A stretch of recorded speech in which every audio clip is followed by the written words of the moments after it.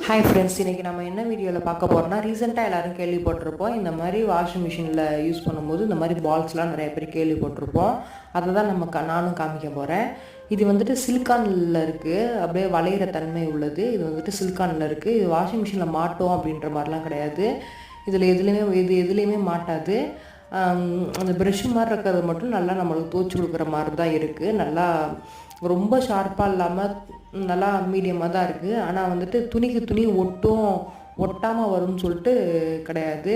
நம்ம வாஷிங் மிஷினில் துவச்சி முடித்ததுக்கப்புறம் துணி எடுக்கும்போது 1-2 துணி சேர்ந்து தான் வருது. நான் வந்துட்டு உங்களுக்கு வீடியோவில் காமிக்கணும் அப்படின்றதுக்காக வந்துட்டு நான் மேலே அப்படியே போட்டிருக்கேன்.